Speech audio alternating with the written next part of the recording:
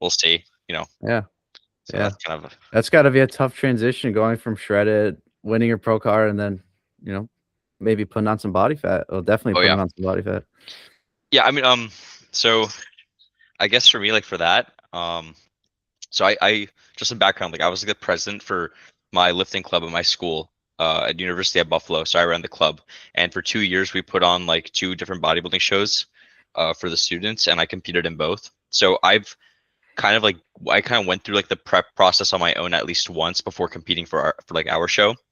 And Mm. I already saw, like, I dealt with like all like the nasty stuff from that, like the eating, the binge eating, binge exercising, repeats, like like gaining body fat, like seeing the changes and all that. So I think Mm. by the time it came for our actual show, I was like more prepared for it mentally, and I had a good plan to get myself out of that. Nice, dude. That's good. That's good. It's definitely good that you were prepared. I was not. So I definitely can learn a thing or two from you.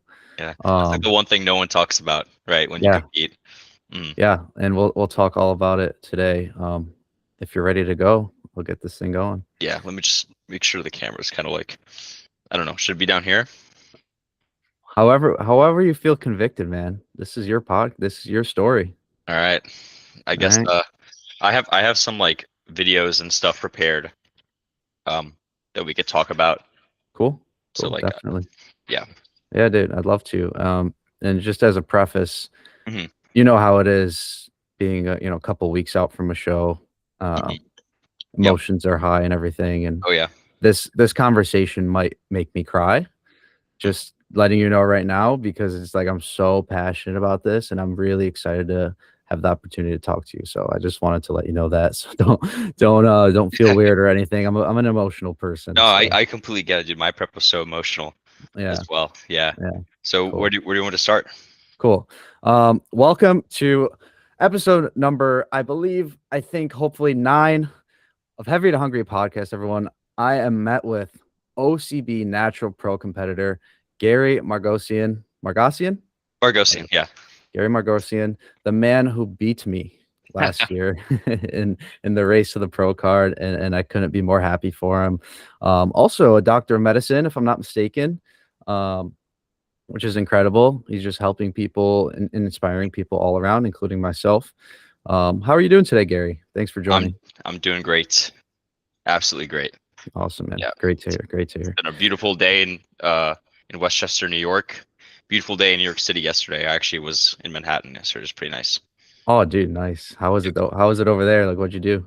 I got 25,000 steps, but I was like in a suit and dress shoes, so my feet are killing me today Yeah, as a result. I But it was bet, fun. man.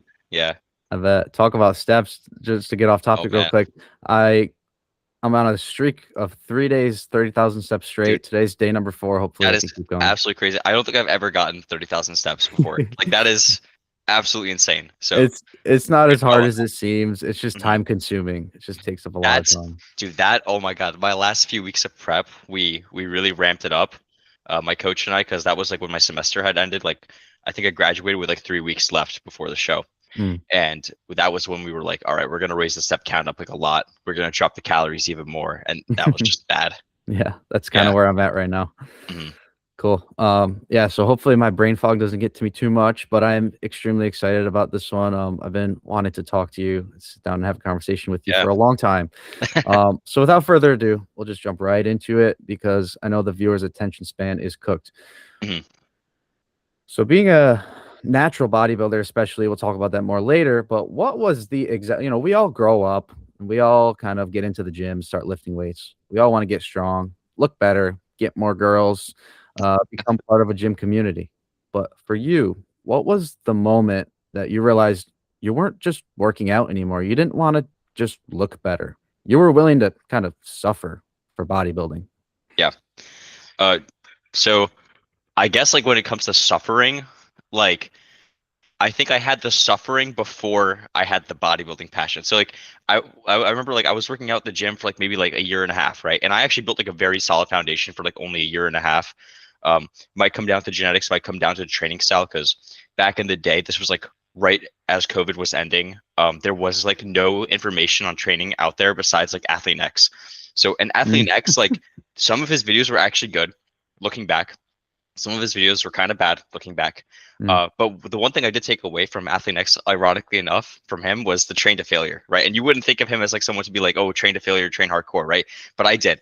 The problem with me was I did so much volume, like it was absolutely insane. Like I have a TikTok video that I made back then, like a year and a half into the gym. It was like the JPG era, and I basically like copied one of his styles of videos, but I basically like talked about how I trained, and it's just ridiculous. But so Mm. I'm training a lot, right? And at the time, I was like in a long distance relationship in high school, and then that, that ended. But back then, I was like so crushed, and that was like the first time as well that I did a bulk, like not even a proper bulk, like I did a dreamer bulk. So I went from like 160-ish pounds to like 195, and at my height, like I'm 5'6", 5'7". Like at my height, it was like so much, and I didn't have enough muscle to back it up, right? So I Mm. was just like, actually, if I could share my screen, let me show some. Yeah, yeah, absolutely. Yeah, were you a little chubby? A little bit, yeah. I mean, let me just make sure. Hold up. Sorry, Right. you, No, you you're might have to totally fine. cut this part out. Nah, nah, no cuts, no edits, No, man. This no is raw. cuts. All right, good thing I didn't just share my Talk. screen blindly then. Oh, if you Uh, need me to, that's fine. Talk to me about no, your day while we wait. no, I got it up. Oh, cool.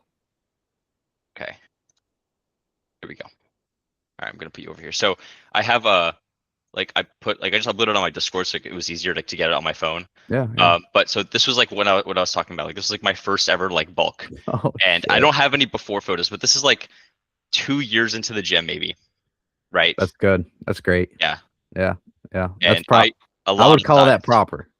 it was proper, but it was my first bulk. So like the way I went about doing this, dude, was crazy. Like I was like on a meal plan at school, and I obviously had to spend the money. So I would get like, so my morning was one protein bar. It was like a Quest bar with a Fairlife shake. Then get like a snack from the vending machine if I was hungry. If not, I would wait until lunch and get two orders of like they had fried chicken, but it was just like straight up chicken breast with a very thin coating of bread and being fried. So it was actually like the macros like that were listed on the website were like insane. So Mm, two orders of that for like a ton of protein, then have a big Rice Krispie treat before the gym, but it was like a giant square. It was like a 250-calorie Rice Krispie bar. yeah, It was yeah. the giant one. Walk to the gym. I was going to school in Buffalo, so it was like freezing cold. It would freeze as I'm going to the gym. Like I remember biting into it and it would like snap off. It's like Like, crispy, yeah. yeah, very fond memory. Then after training, I would go to like guac and roll, which was basically like similar to like a Chipotle on campus, and I would get like two bowls full of double chicken, queso, white rice, and then a bunch of veggies. Mm, And I would have one immediately after training, one like around 9 p.m. And then right before bed, like at around like 11, I would have two scoops of whey and then just go to bed. So it was so many calories. I think it was like 3,300 calories mm. back then. And I put on a lot of size. And then, like I said, that actually the relationship ended around that time too. So like I'm like looking like this at the Yeah, it time. doesn't even My look like you. confidence, my confidence is at an all-time low. And then that following semester was like one of my hardest. I was taking organic chemistry and I was taking physics too at the same time.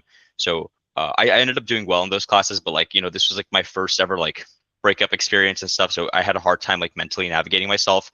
I had my great friends that helped me push me through, Mm, and we just like had like an amazing time like cutting that semester. So going to the summer, I pretty much like starved myself this summer. So like the end of the semester, I wasn't as lean as I wanted to be, right? But going into the summer, I was like, damn, I have to actually like put effort in. And I was like a little bit like, upset with myself back then because of like all the things that were happening. Like it was like my hardest semester at the point, losing a relationship, just like not looking like myself, whatever. So I was like, I have to take this to the max. And I just like pretty much starved myself. I would have like one Fairlife in the morning. Um, and then I think that would be it. Like what? Yeah, one Fairlife in the morning. Drink a ton of water until like noon. And then when it was noon, it would be like my pre-workout meal.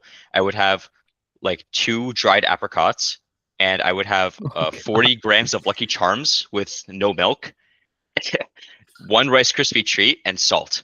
Go to the gym, and I would Yeah, do cardio as well. Come back, and I would just have like one like big chicken breast with veggies, no carbs. yeah. I told my mom I need to eat very like lean, like no fat, no carbs. And Right, I didn't right. know what I was doing back then, but I still like was able to get decently lean Yeah, for the first time. absolutely. And at this point, dude, I was like I've never been this lean before. I was like, this is amazing. I was like, what am I gonna do? Anyway, I Yeah. bulked up again, cut back down again. I went through the cycle a bunch of times, right? So it's like at that point, it's like once I knew I could do it once, I'm like I could do this again. And I Yeah. think that was the most empowering thing. It's like you don't be afraid of gaining body fat, don't be afraid of losing body fat, because if you've done it once, you could go back and do it again. Yeah. Yeah, absolutely, man. Wow, what an incredible journey. He's been through all the ups and downs of Oh yeah. bodybuilding, and Hmm. it seems like you kind of mastered the art of suffering, which we'll talk about more. Hmm. Um, but from what you told me, it seems like, correct me if I'm wrong, you value a strict routine, a regimen highly, greatly. Yeah. So if that's the case, how important is it to have a very strict regimen that you follow? And just as a follow-up question, how flexible were you in your routine? Were you flexible, or did it have to be the same thing every single day to the gram? So is this in general or is this relating to our show? I have Let's different say answers. relating to your bodybuilding prep that won you your natural pro card. Mhm. So, my coach, also my friend Akib, he like I worked with him basically to put together like the meal plan, so I didn't have to like think about what I was eating, right? So for me, I like structure. So eating the same meals every single day was very nice for me. And then we also had for a while into prep until like maybe 12, 6, no, like around like either 12 or 9 weeks out. I don't remember. Mhm, uh we had one cheat meal per week, and I would basically like just go and have dinner with like either my family or my girlfriend's family in Buffalo during that time. So it was like a nice way for me to like uh you know have some flexibility in my diet. I also like had enough self-control where like I wouldn't like binge and stuff, even though I've had issues like that in the past. Like I was very good about keeping myself like, I'll have some protein, have some carbs, have a lot of veggies when I was over at their house. And they ate very clean as well, like my family as well as my girlfriend. So it wasn't mhm, too much trouble staying on plan. But yeah, I love regimen. I love structure, especially for prep. Like I went into it with the mindset of like I know this is gonna be tough, but I'm gonna love every moment of it, or at least try to. mhm, mhm. And yeah, I just like the regimen. I like the structure. It helps Yeah, you keep like stable, like no matter what goes wrong in your day, because especially like at the end of prep, you get very emotional very fast. Like yeah, yeah, like this is always going to be the same. absolutely. Yeah, man, that's incredible determination and discipline.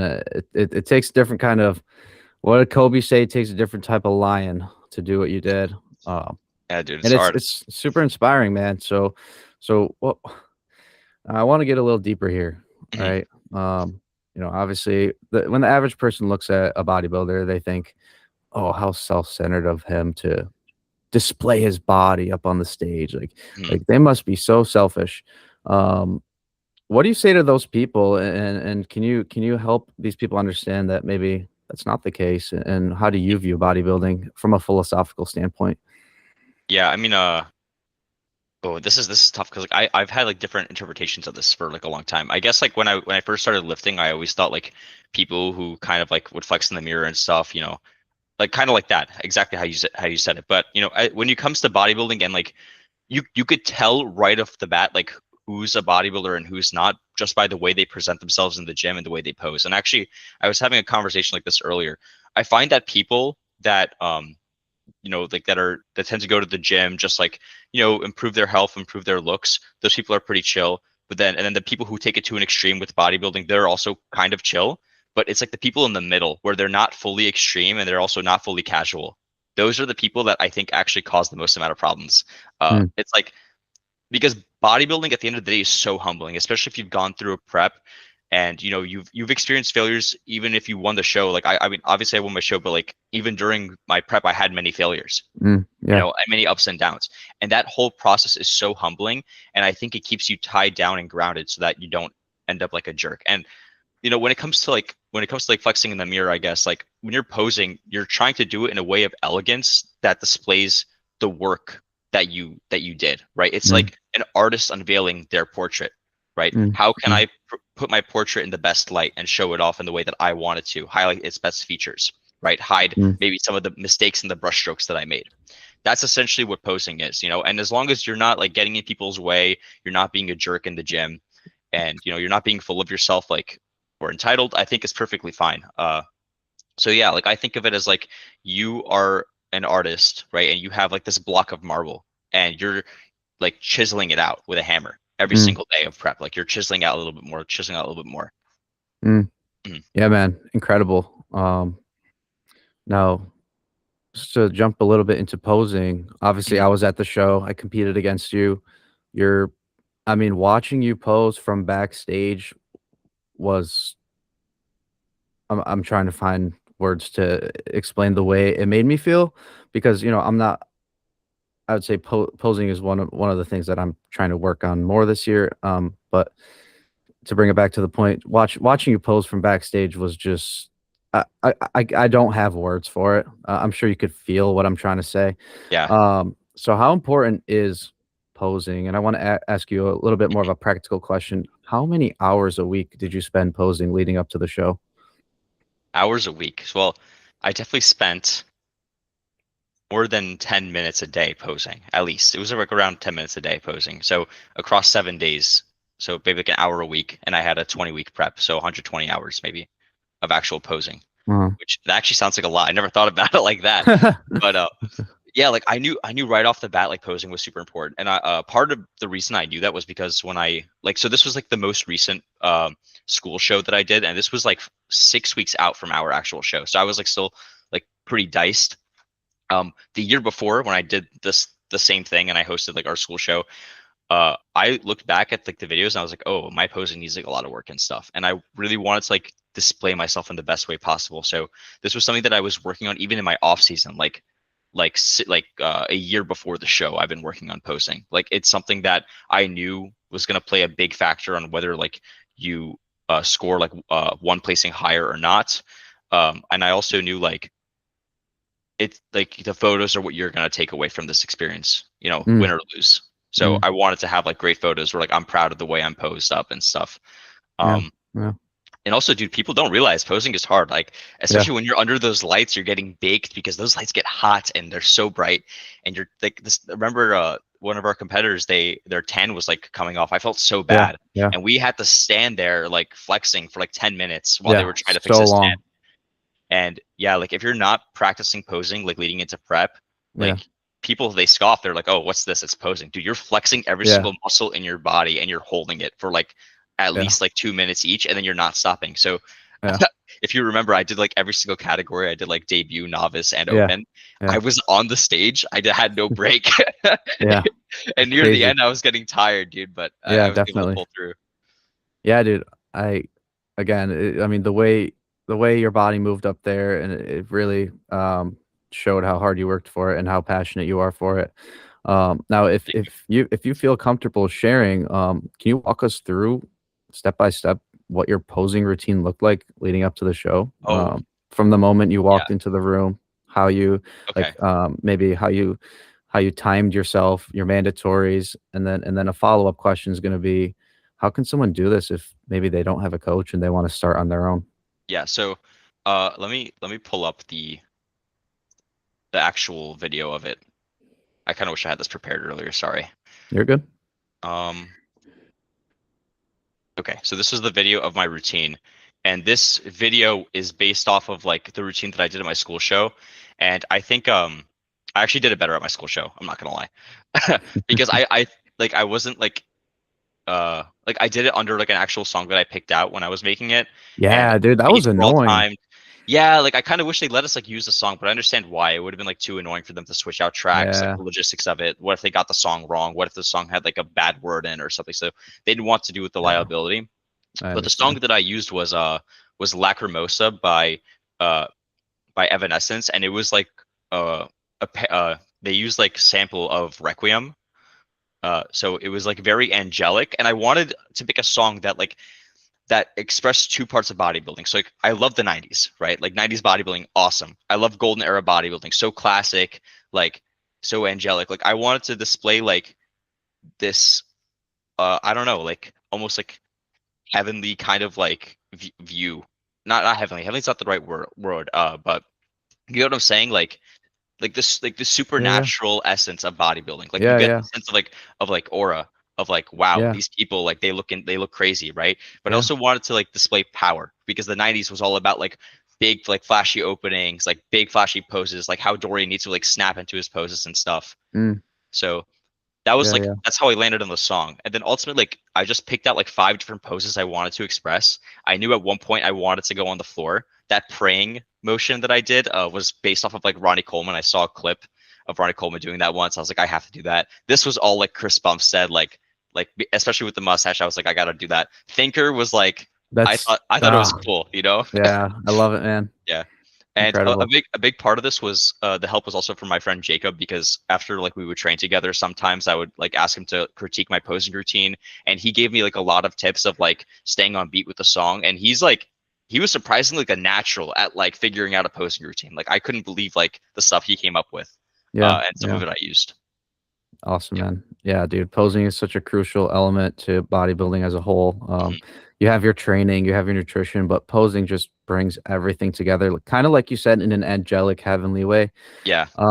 If anyone listening to this has done a prep before, Mhm. done a proper bodybuilding prep before, you kind of understand the feeling of having dieted and trained and been such on such a strict regimen for 12, 16, 20 weeks straight without stopping. It's a ethereal kind of spiritual It feels like experience. this. Like you're like so tired and drained, but you're like looking up at all these idols of like, Yeah, you know, yeah, dude, this was like probably one of my hardest days on prep. I'm not gonna lie.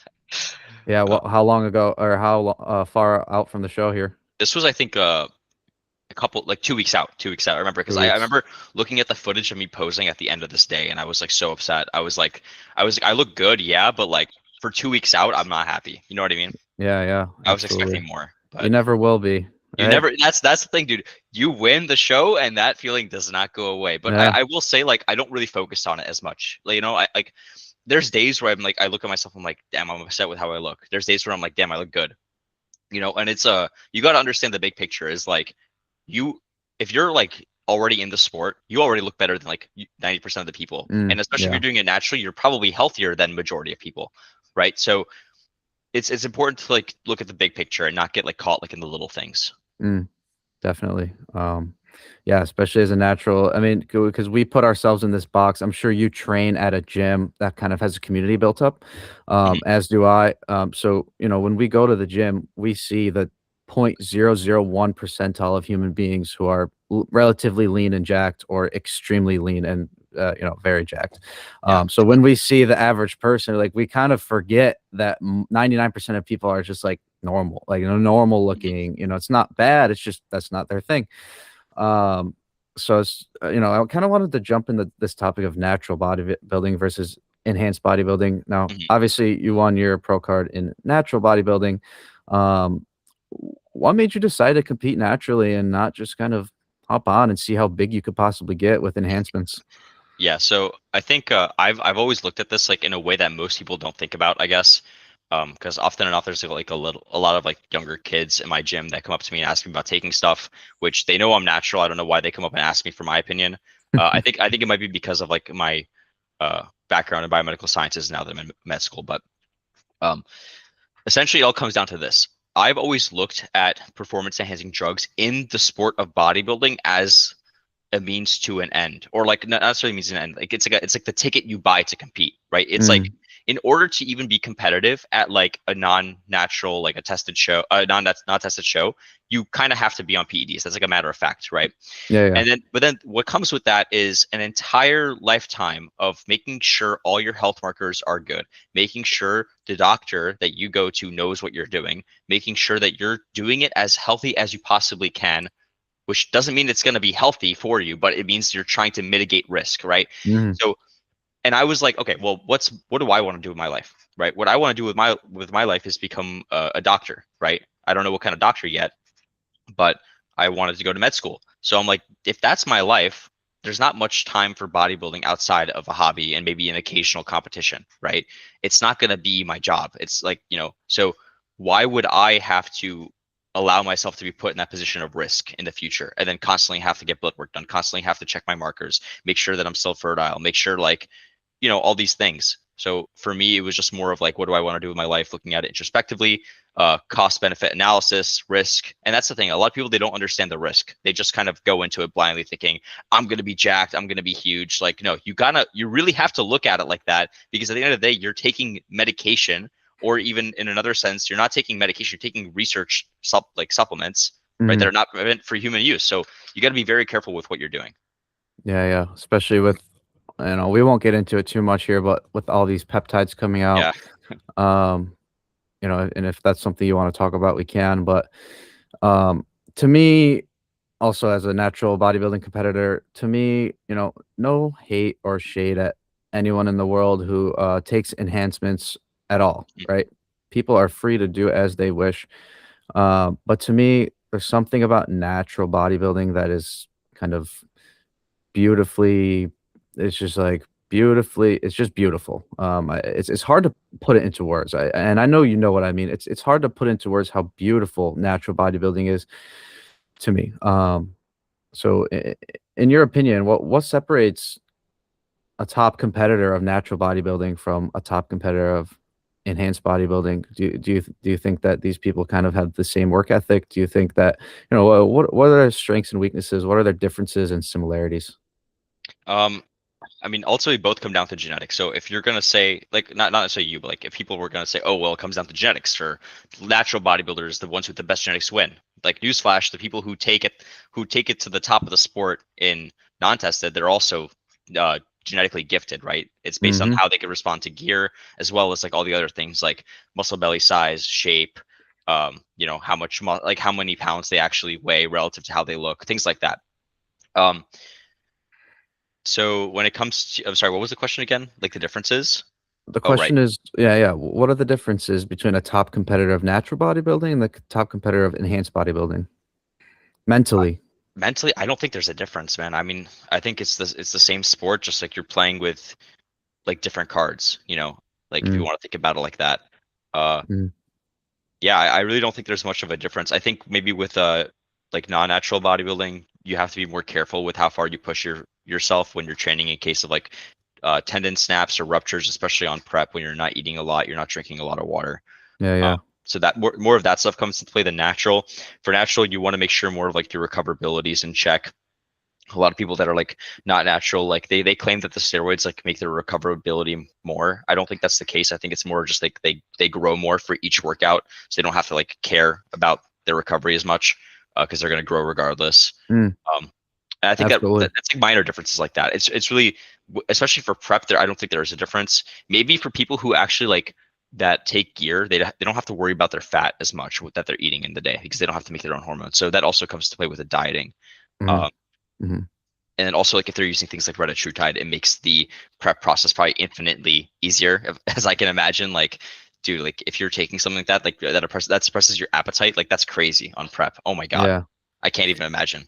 Yeah, so that's kind of, the direction that I was taking this question. As a natural, we don't get those kind of, we don't get that help. We don't get the appetite suppressants. We Yeah, don't get, no. things like that. So w- of course it's hard for enhanced bodybuilders as well. Of course. But the question here is, what pushes you through when it gets almost impossibly difficult? I'm sure you've had days Oh yeah. leading up to prep where you literally in your body knew you were going to quit, but Mhm. at the end of the day, you didn't. Oh yeah. What kept you pushing forward, and tell me about one of those days? Uh, this person right here, my lovely girlfriend, she is the one that kept me steady. She is the one that allowed me to push through. So this is a video that I have of like, her sister was getting married, and this was like the rehearsal dinner, and I still brought my Mm. food with me. And yeah, I remember there was this one particular day where I don't know, just something didn't feel right. I woke up, went to the bathroom, and like I was so out of breath, like just like from doing that. And I was like, how am I going to get through this day? Luckily, it was a rest day, so I didn't have to go to the gym. I was eating my meals. She came over and we were like, let's go to the mall so I could get some steps. And dude, like I felt like I was going to collapse that day. And I was like, I can't do this anymore. I'm going to quit. I think I was like 5 weeks out. And she was like, you're so close. Just hold on. Like keep going. And I think that made me, realize like I got to do this. And like honestly, I wasn't actually going to quit. I was just kind of like complaining, but that was the closest I got, I think, to quitting. Um, like and I thought about like my whys, like why did I start this sport, why did I start going to the gym, why did I want to like go to med school, why did I want to do medicine? Like you got to ground yourself into what makes you you, I think. um Mhm, and mhm. I think that's what keeps you steady. It's like Because at the end of the day, like bodybuilding can be a superficial sport if you let it be. But if you let it connect to those deep anchors of who you are as a person, it'll never get like that. Right. And Mm, I think that's what I did. amazing, amazing, and it showed off, man. No, thank you. Um, I want to talk to you a little bit about training. Of Oh yeah. course, that's one of the big pillars of bodybuilding. We have nutrition, training, posing, but training is obviously a big component of it. I'm sure you've seen the big boom recently on social media of Mhm. science-based lifting, optimal lifting, Yeah. trying to maximize your program and everything like that. Mm. How important to you is having the best split, having the best program, doing the most optimal exercises? And Mm. tell me a little bit about your training program if you don't mind sharing. Oh, I would love to. Let me just pull up that video real quick that I was mentioning earlier of Yeah. like when I first started. Just I just want to uh, say I love your videos, man. There's something oh, thank you. raw about them. Like it's Oh, the just you training lifting. videos? Yeah, Yeah. just it's Dude, just you lifting. I love it, man. you want to hear the story about that? About why I Yeah. started that account? It's so corny. Like I really don't like I don't like say this in pride at all, but it was kind of like made out of spite, the account, because back then like I had just started like going to college and like I was a year into lifting and I posted like a very douchey video of me doing like an ab workout with like I had my shirt like kind of like over so you could see Mm, my abs yeah, yeah. and uh my my girlfriend at the time, her friends were like, "Why is he posting this? Like, this is cringy," and like rightfully so, it was. But Yeah. I got, and then like maybe like 6 months later is when the breakup happened. I'm like, you know what? Like, I'm free. Let me do like the things that I felt like I couldn't do. Yeah, So yeah, yeah. I made the account, and then all I did was like I really just like posted like my training. And dude, I'm so happy I made this thing. Like all these videos go back to like 2 years, and Yeah, like yeah. I could look back at any of these videos, especially when I was in college, and like I look back at them so fondly. I'm like, oh my god, I remember this day. This is when like XYZ happened. Yeah, yeah. I remember this day like such a good workout. This was a bad day, whatever. Like it's awesome. But Mm. this is what this is what my chest day used to look like. Oh, that is so loud. So this is what my chest day used to look like. Hang RIR, on. bro. This is I don't see 2021. anything. Oh, you don't? I see Patrick Star. Oh, why is it not sharing my screen? Here, let me restart. Yeah, just reset it. Okay, here we go. Uh, you see? So this was a, There we go. my Yeah. yeah, dude. This is bad. So Let's zero see it. RIR in 2021, I think. No, 2022. Damn, you were Right? ahead of the game. I was ahead of the game. But look how many sets I do. So I did Oh, 3 sets of barbell first. After okay. 3 sets of barbell, 3 sets of incline. Oh, Jesus. And Here I we was go. doing this is a year and a half in. I'm doing 85s. Like it's pretty good. Yeah. And then Yeah. forced reps as well. Then 3 sets of dips Oh after. Look, three, gosh. right? Then tricep pushdowns. And dude, my legs were so small, especially in this video. Like I used to not train legs very well. This was actually the summer where I started training legs hard. Like I really like took it seriously starting from here. You can't really tell. I put the text over it because I was embarrassed. Then like lateral raises, more lateral raises, and then but dude, like I'm doing like what, like 9 sets of chest. Yeah, yeah. Yeah, like it's bad. And then Lots of volume.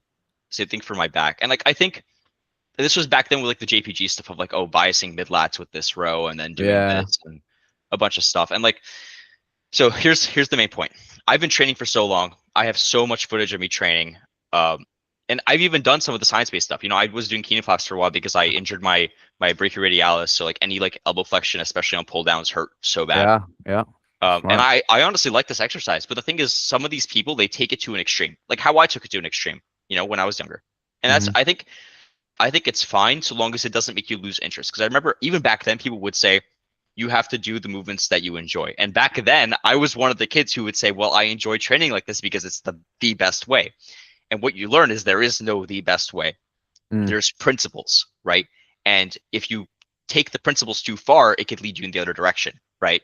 mm. So I remember when I was maybe like actually around the time like far back, maybe like a year after this account was made, I found Paul Carter and like I started implementing like his stuff of like reducing volume, going closer to failure. Uh, I still like did he would advocate for like not going to like complete failure and like leaving one up at the tank. I Yeah, still did yeah. force reps because I like them. And dude, I grew the most when I reduced my volume. Like I reduced my chest volume to like maybe like 4 to 6 sets a week. Mm. Yep. And Yep. that was, I remember my friends were asking me, like, are you sure about this? Like, are we still going to grow? And I was like, dude, I think we're still going to grow. And we grew, dude, it was awesome. Like, and also like the environment that we trained at. I don't know if I'm going to be able to get down to it, but it's a long time ago. Yeah. Yeah. But Yeah. No, yeah, I actually relate to that hard. mhm, I was also kind of in that same atmosphere of, I want to get the absolute 99.999 100% out of my training. And mhm. then there's always like kind of like a correction, like, hold up. I want to have fun training again. I Oh don't yeah. want to do this cuffed bullshit all the time. And like you said, there's always, you know, and I'll ask you about the natural limit in a minute Mhm. here, but Yeah. there's always something you can improve on when it comes to Mhm. bodybuilding. You could always get an extra 10 minutes of sleep, or you could always get, you could always dial in your diet a little better. You could always get in a little more Mhm. micronutrients. No, there's Yeah. always 1% you could do better. So, you know, Yeah, well, the, actually, that's an important point that you made just now, like with like the dieting. It just reminded me of something. So this is the thing that most kids don't miss. I mean, this is the thing that most kids miss when they're starting out lifting. They need everything to be perfect. Like you don't. You don't need everything to be perfect for things to go right for you to build a ton of muscle, right? yeah. So like when I started, my diet was terrible, right? Mhm. And as the years progressed, I was like, okay, maybe now like I focus a little bit more on protein. Then next year progress. Okay, I need to start eating more veggies in my diet. Okay, next year progress. Maybe like I should switch out my carbs from candy to like more rice and like potatoes, right? So Mhm. every year, especially as you get more invested into the sport, it becomes easier to make those sacrifices. Because to me, some of those things don't really sound like sacrifices anymore. They just sound like the normal, right? Mhm. And like I'll still like yesterday when I went to the city, I still had a donut. You know what I mean? Like I'm still gonna eat junk every once in a while, but it's not something that like I like look forward to very much or like I crave like so much that it's always in my head. You know what I mean? It's kind of hard to explain because I know what it's like where like you're in that state of like food is always on your mind and it's Yeah, really yeah. hard to get away from that. And like being liberated from that through bodybuilding is also amazing because Mhm. people oftentimes they talk about like how bodybuilding can lead to eating disorders and it can, but it could also do the opposite where it could regiment your eating, you Yeah, know? yeah, So definitely. that's what I found. And like, yes, just like if you're a beginner, like please, you don't have to take it to the extreme. You don't have to like be fully invested right off the bat. Like allow yourself to slowly get more invested into the sport of bodybuilding, like love training, and then start to implement dieting. You don't have to go like Definitely. fully to the extreme. Definitely.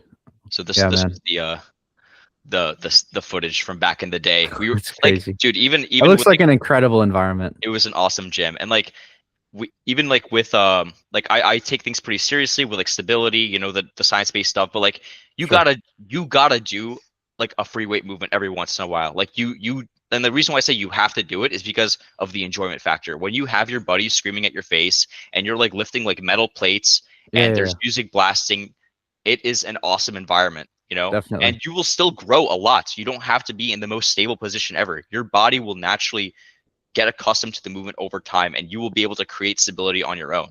Like look at me, Correct. like the way the dumbbells are moving, they're not shaking. Yeah, yeah. Well, absolutely, that motivation factor is huge, but I would argue also an even bigger factor is coordination, like you just Oh said.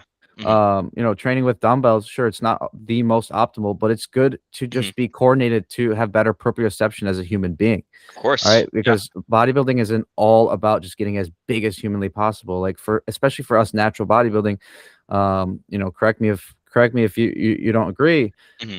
To me, bodybuilding is fitness. As Hmm. you know what I'm saying? Like Yeah. I build muscle naturally so I could be be a better grandparent. I Hmm. build Oh muscle yeah. Yeah. naturally so I could chase my kids around and have fun with them.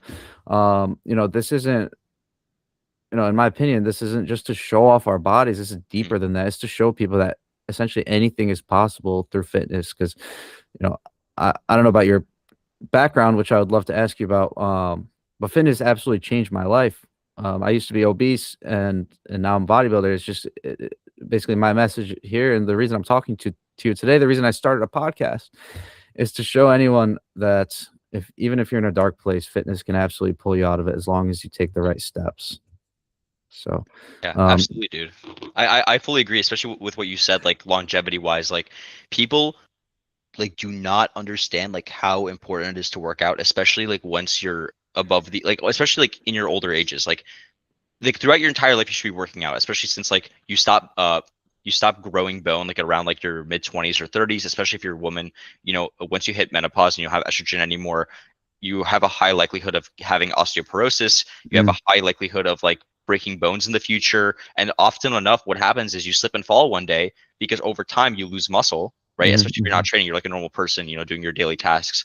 You lose muscle bit by bit. One day you slip and you're not able to catch yourself and you fall and you break something. And then that's how most people end up staying in the hospital and unfortunately passing away. Yep. When it comes to old age, right? Yeah, yeah, Obviously, yeah. there's other factors that lead to death in the United States, but it's really important to make sure you keep up with fitness. Just daily. It doesn't have to be anything crazy. You don't have to be bodybuilding. You could go on a jog once in a while. You could go on long walks. Like walking is amazing. People often don't give it enough credit for My reducing whole mission, I mortality. think my purpose in this world is to tell people that you don't need to run. You can just Yeah, walk. no, I completely agree. I hate running. My joints can't handle it, man. Yeah, dude. Yeah. I just don't like it. I don't enjoy Yeah. it. You know Yeah. what I But mean? that's the thing. Like we don't like those things, but we're not like throwing away fitness as a whole. Like we're finding the things we love. So I was not very athletic as a kid, but I did do a couple of sports. Like I did because my mom like really wanted me to find something that I liked, and there was never anything. So I've done like a bunch of things for like maybe a couple weeks or sessions at a time. I Yeah. played basketball when I was in elementary school, and then middle school and high school I swam in the summer for a team, and then also in middle school and some of high school I did fencing, and that was a lot of fun. But I wasn't really good at it. I was never really like that athletic. So like for me, I always felt lost. I was like, I need to find something for myself because like there was like nothing for me. I felt like in terms of sports or anything. And then one day, like after COVID, I was like in the gym and I realized this is it. Like this is what I was meant to do. Like this is it for me. That's awesome. Yeah, dude. Once you know, you know. Like, Oh it's yeah. kind of one of those things. All right. I could literally sit here and talk to you for hours, man. Yeah. This has been I so got fun time already. unless you don't. Yeah, I just got to jump off in like 15 minutes, but I do All right. really want to talk about this one thing. Peak week. Mhm. All right, everyone talks about it. Some people call it hell week. Whatever. It's basically where you deplete yourself Mhm. of carbohydrates, and then you reuptake the glycogen stores so that your muscles look fuller, essentially. Now, I wanted to ask you, what is one thing that most people do during peak week that completely ruins 12, 16, 20 weeks of preparation right before their bodybuilding show? And how can people prevent doing such thing? um, they start eating things that they haven't eaten throughout the entirety of their prep. So usually, like I feel like some coaches I've heard like they tell you to eat like a burger or something because of the sodium in it. But then also if that's the thing, it's like you got to make sure you're not having too much sodium, you're not having too much water. It's like all in balance. So I think at the end of the day, like I just trusted my coach, and I just ate whatever he told me to eat, and it worked out for me. So I don't really have like good advice on what to do. Just like maybe stay away from things that you haven't eaten all prep and you don't know how your body's going to react to it. And that's like another actually important point of why we did this, like our mock school show. And actually, this is me with my coach right here. He's enhanced. But yeah, so we did like basically a whole like mock peak week through this process, and we found that like giving me a ton of rice cakes was the answer. So we just all we had to do was sit back and repeat it on the day of the show, and it worked pretty well. Yeah. uh, the one thing we did introduce like right before stage was gummy worms like midday and some Pringles for the salt Mm, and a little bit of honey, and that was about it. So like the honey like I had during this actual like mock peak week process, and but I hadn't had the gummy worms or the Pringles before. So that mhm. was kind of like a little bit of a risk, but we were so close to stepping on stage. It just helped me fill out a little bit more. Yeah. Mhm. Yeah, man. That's crazy. Kind of similar here. But so what would you say? What would you say? Now I'm gonna ask you the opposite question. Mhm. What can someone do during peak week that will absolutely elevate their physique? And really bring out their true colors when it comes to their physique in the final few days before the show. Nail posing, I think that like I think ultimately like peak week is not really gonna like make you. I think it could only break you really if you don't do it right. Uh, because I don't know, like for me, like the visual difference between me flat and full was not like that big. Like it was noticeable for sure, but it wasn't like this all of a sudden like wow amazing thing. Mhm, I think just like making sure your posing is dialed in right before you step on stage because you don't have that mirror in front of you. And like all this time you're practicing in front of the mirror, you're practicing in front of the iPhone camera. Make mhm, sure you spend time practicing during prep, not looking in the mirror, like doing it with like the phone facing you, mhm, but like you can't mhm. see the screen. that for me has helped a lot as well. So I think like just making sure your posing is nailed right before you step on stage is like the number one thing you could do. Yeah, that's Mhm. incredible advice. Yeah, I just wanted to touch on the burger thing. Like Yeah. I'm not, obviously I've been doing bodybuilding for a couple of years now, and definitely not Mhm. as long as you. To me, that just seems like I don't know. Yeah. I might sound dense saying this. That sounds ridiculous. I mean, Actually, I did it. I did that once for my school show, like the first school show ever. It's actually around here. Like it won't take long to pull up to it. So this was this was how I looked back then. Like a little lean, yeah, but I wasn't like single digit or anything crazy. right, But I also like filled out pretty well. So for me yeah, in this yeah, instance as well, it like low key worked. But we did not try that like for my real prep for my real show. yeah, yeah. Uh, Well, but yeah. it just goes to show what you said. As long as you know you have your fundamental variables down, the posing, you're lean enough. Obviously, that's the number one thing. Mhm, You kept a lot of muscle during prep. I mean, it matters, but it doesn't matter as much as most people might think. Is that what you're saying, kind of? mhm. Yeah, like Peak week. I think especially when you're a beginner, like peak week sounds like this amazing time of like, oh my God, I'm gonna carb up, I'm gonna look full, I'm gonna look insane. I think actually the tan does more work than the Yeah, actual carving up process. Like once the yeah, tan yeah, is on, you're like, oh my God, this is it. And then you're eating the carbs, so like you're happy for once, especially at the end of prep when it's like so hard. yeah, yeah, I think that's why people have like a strong like expectation for peak week as well as the mess ups because the mess ups are infamous and people are like, I do not want to end up like so and so who showed up all watery and yeah, spilled over, yeah. right? So Definitely. like I said, I think just making sure you're eating enough carbs, making sure that those foods are coming from a source that you've been eating throughout prep, making sure your sodium is at adequate levels. And like I'm not a bodybuilding coach, so I can't tell you like what like examples you might want to look for because Yeah, like yeah, that's like the main reason why I asked my friend to help me, right? Because yeah, um like I would have been able to probably self-coach myself going down until maybe like about 5 weeks out. yeah, Uh just like because like I obviously I know enough about nutrition and dieting and exercise training. So but I really needed his help for like around prep time. yeah, yeah. Yeah. Absolutely. Yeah, that's great. That's awesome that you hired a coach. I gotta say, Mm. I'm self-coached. I Oh don't yeah. know, maybe it's ego. I don't know what it is, dude. I just really want to do it by myself, That's and fair, dude. That's fair enough. yeah. So, and I study the crap out of nutrition and Mhm, training. Is literally all I do with my free time. But I wanted to. I got two more questions for you. All right. mhm, So first of all, stress. All right, mhm. that's a huge component of prep is not letting Oh my your God. stress get to you. And if we Uh-huh. get to a deeper biological level, we don't want too much cortisol, especially late in the night, preventing sleep, all this different things. Um, so I wanted to ask you, what are some protocols that you underwent to kind of manage your stress levels, especially those last 4 weeks where, people get hangry or irritable or whatnot? Did you Yeah. get irritable because you were hungry, or were you Mhm. more in a calm Zen state of mind? And if you did get irritable, how did you kind of manage your stress? Um, yeah, so I like it goes back to my girlfriend, my amazing girlfriend who helped me through all that stuff as well. There was only one time I ever like really kind of like blew up at her and we were like doing shoulders and triceps training and I like was had my headphones on. I was like, "Can you put the pin like on this number?" And she said, "What?" And I said it again, "Can you put on this number?" "What?" So I just snatched it out of her hand and I plugged it in and I did my set and I was like just so annoyed and tired and hungry and like so exhausted. I just wanted to get out of the gym and just go home and eat Yeah, yeah, and sleep. yeah, And that was not the right thing for me to do in that situation. But that was like the only instance I could think of where like I had an episode where like I kind of had like an outburst. I am the type of person that like if I get like a little like like flustered in the moment, I have to like let it out. But then I don't really hold on to like any like grudges or anger. It's just like once it's out of my system, it's gone, right? So I never like really had like an issue like that, I guess, during prep. But dude, my mhm, prep was stressful, man, because I had just applied to med school. I had only received one interview at the time, so I was like very afraid of like what if I don't get in.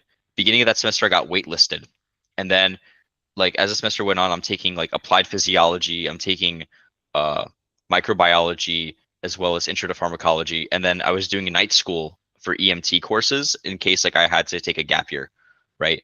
And then I had my interview during prep, and then I got sick like around that time when I was having my interview, and I was afraid of like, okay, if I'm sick, I'm not gonna be able to eat. I'm gonna waste away like this was for nothing, right? And then All I had right. to move out of my apartment. My girlfriend helped me move out of my apartment on her birthday. She came over and helped me move everything Wow. because I got like the school was like fixing like the sprinkler system or something. They had to kick us out. It was like a mess, that whole prep. And then I graduated. Like, dude, so many things happened that year. It was like such an emotional roller coaster for me. And then I got in med school too. Like that like whole year was like the most amazing time because it started at such like a low point and it ended at such a high, especially like what I consider to be like July was like the end of the year for me, like academically, because like I just Hmm. went right into school again. Yeah. So yeah, man. I mean, I don't really have any good like stress reducing tips besides like just making sure like you're connected to your family, make sure you have people like that you trust, talk to them, be honest with them. Um, and just like let them help you because those people they care about you, like they're there to help you. Mm. And one day you'll return the favor too. So I guess that's how I kind of looked at it. Yeah.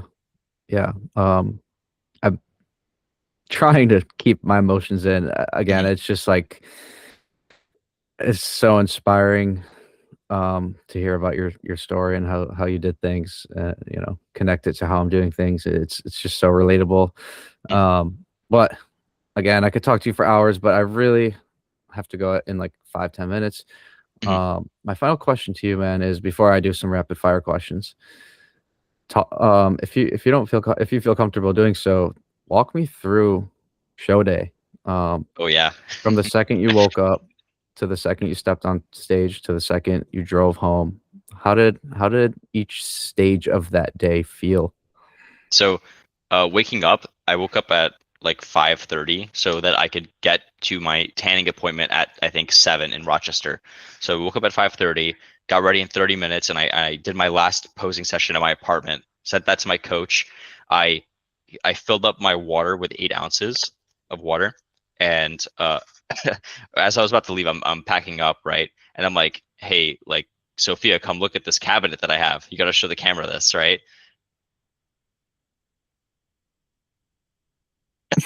It's just full of candy and junk. And she's like, Gary, why? Wait, Yeah, so did you buy that stuff for after I, the show? dude, I bought that stuff like 2 weeks before the show. Like it's been sitting in there. Oh my god, Yeah. I So love it. then, like the show happened, which I actually have some of the clips in here uh, of actually you and I on stage. I was looking at some of these earlier. Oh, that's crazy. Yeah, I think we're in this one together. No, this one here. Oh, there I am. Yeah.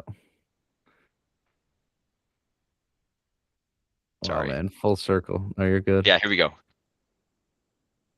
Oh my god, dude, Yeah. this shit was crazy.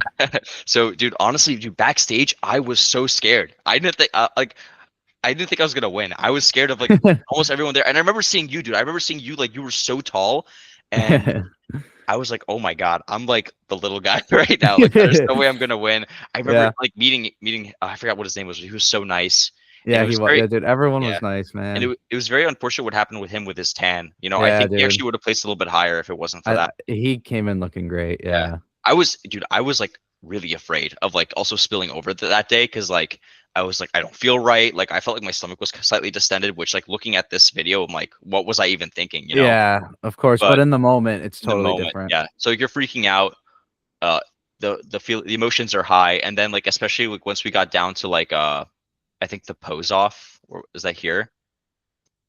Well, that was crazy, man. Or the words, I think. Crazy. That's my individual.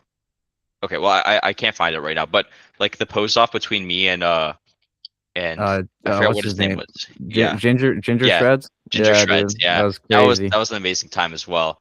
And I was like, oh my god, it could be either one of us. Like it's down to the wire, down to Yeah. the last second, and Dude, I was luckily enough, biting I my was called. nails watching you too.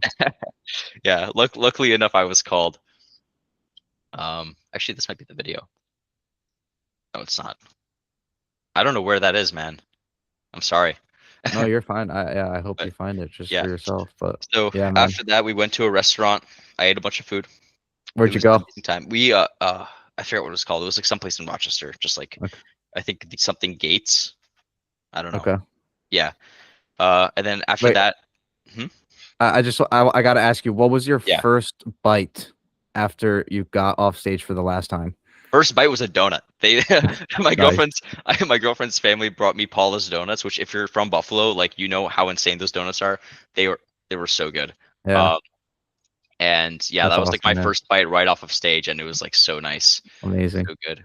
Actually, like this might be good to check out because I think like some of the stuff that I did after the show was in this folder.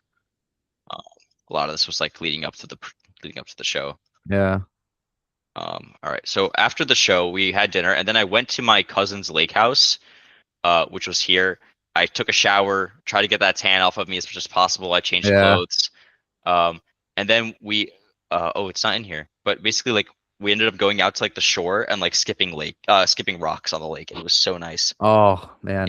and it was just like a beautiful way to end off the day. Like, Yeah, it yeah. was like so peaceful, and like You'll watching never the forget that sunset. moment, I bet. Yeah, no, it was beautiful. Amazing. Yeah, Damn. Well, Gary, thank you so much for coming yeah. on the podcast. Dude, thank you for having It's me. Really. absolutely, it's really an honor to speak with you today. It's kind of like an inspirational boost that I needed to get me through the next 21 days. Oh yeah, you got this, man. You got it. I You got it in the bag. I appreciate it, man.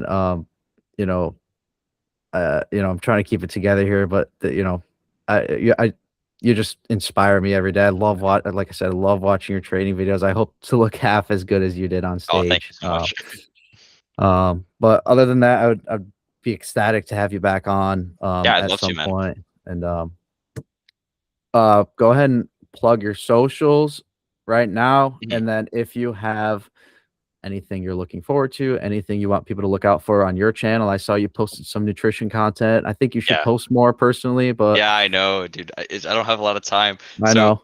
you could follow me at gargantuan_Gary on Instagram, and then my TikTok is just my name, Gary Margossian. I post on my Instagram a lot. I post all my training videos, like every single session. I record pretty much almost every single thing I do. Maybe I leave out like a couple of movements like abs or calves, right? Um, and every once in a while, I'm gonna try to post more public health videos. Like this guy was like saying some interesting things about eating vegetables that I broke down some myths in the video and I provided evidence. So I'm trying to blend a little bit more of like medicine and public health with like bodybuilding and training because I feel like there's a huge disconnect Yeah. between like people Yeah. that work out and people that are actually like in healthcare and medicine. So I'm trying to bridge that gap. Um, and that's about it, I guess, for me. Like I'm like I like to be in social media a little bit, but it's for me, it's like not like the end all be all. I don't really care about like getting as many followers as possible or like growing my page. So like you'll like for me, I think that makes me like a little bit less biased than maybe some other creators that post like informational videos because they try to clickbait or they try to like put information out there that causes controversy so they grow more. Like which is Mm, ultimately why this guy actually like made this video because in the comments he said like that's what that's what grows his channel, right? Which like fair enough, but yeah. you know you're Yeah. spreading misinformation at the end of the day. So It's unethical. Yeah, man. Well, before I let you go, what is one message you want to leave the world with today? Specifically, anyone looking to get into fitness or bodybuilding. What do you want them to know before they start their journey? we all started from zero. Train hard. Don't do dumb things in life or in the gym. Uh, don't risk your health. Your health is number one. Uh, love your family. Treat people with respect, kindness, dignity, and just be a good human. I think if you look at life every single day of like, how can I be the best version of myself every single day? That doesn't mean perfect, right? That just means how can I be like the best human, right? I think you will see the world open up to you, and you will see many colors of life that you haven't seen before, right? And I think that's like the outlook you want to have, even on bad days, which is very hard to do on bad days. But if you just try to do that, you try to live by that code of like, how can I be the best version of myself every single day? You will love your life. That's my message. Hard for me to back that up. Um, Ladies and gentlemen, Gary Margossian, thank you so much. Thank you so much. I Yeah, dude. appreciate you, Thank you. and we will chat another time, hopefully. All right, man. Good luck at your show. You're Hang gonna do on. well. You're gonna crush it. I'm stopping the recording if you have 2 minutes to chat for a second. Yeah, sure. I'm good. Um, yeah, just letting this one. Yeah, dude, I gotta go eat a meal, but Mhm. I appreciate it, man. Appreciate the confidence going into the show. I want to ask you, dude. I'd love Yeah. to hit a workout with you Hmm. sometime. Do you live in? You said you live in Westchester. I'm in Westchester now. Where It's is far that? away. It's like almost by Manhattan. Oh shit, dude. Yeah, So it's dude. like by New York City. Wait, so Uh, do you live in Rochester or did you commute to the show? yeah. No, I live in Have you Rochester. have you been to this gym, Samson's? I've heard of it. I've never been Dude, you there. gotta go. I loved it there. It's like so old school, like all equipment from like the 70s, man. Like Yeah. every single time I'm in Rochester, I try to go there. Like it's honestly one of my favorite gyms to train at. The one in Spencerport or It's in the one in Greece. Greece? Oh, yeah, the one Yeah, in Greece. Yeah, no, I haven't made it out there, but maybe I should go there before the show just to take it in. yeah. But my buddy just moved to New York City, so if I ever visit him, I'd love to come hit a workout with you Dude, that I am weekend. so down. I'm so All down. right, cool, Yeah. man. Well, the I'm gonna wait, go. the only thing might be like if I have like an exam coming up. That's the Oh, only stipulation. absolutely. But It would be other at than some that, point this yeah, summer if that's the case, but of course yeah, I'd reach out to you in advance and everything. But yeah, man. Thank you so much again. I got to go yeah, eat a meal before I fall on mhm. the floor. Yeah, I understand. If you ever Thanks want to have again, me brother. back, just like let me know. I'd be more than Dude, happy to come. yes, 100%. This one should be it's either going to be up next Friday, this upcoming Friday, or the one after. Mhm. I'm just very swamped with content right now, but Yeah. yeah, thank you so much again. I'll reach back out to you if you know if you want to come back on All right, man. Take care. later, brother. See you. Bye.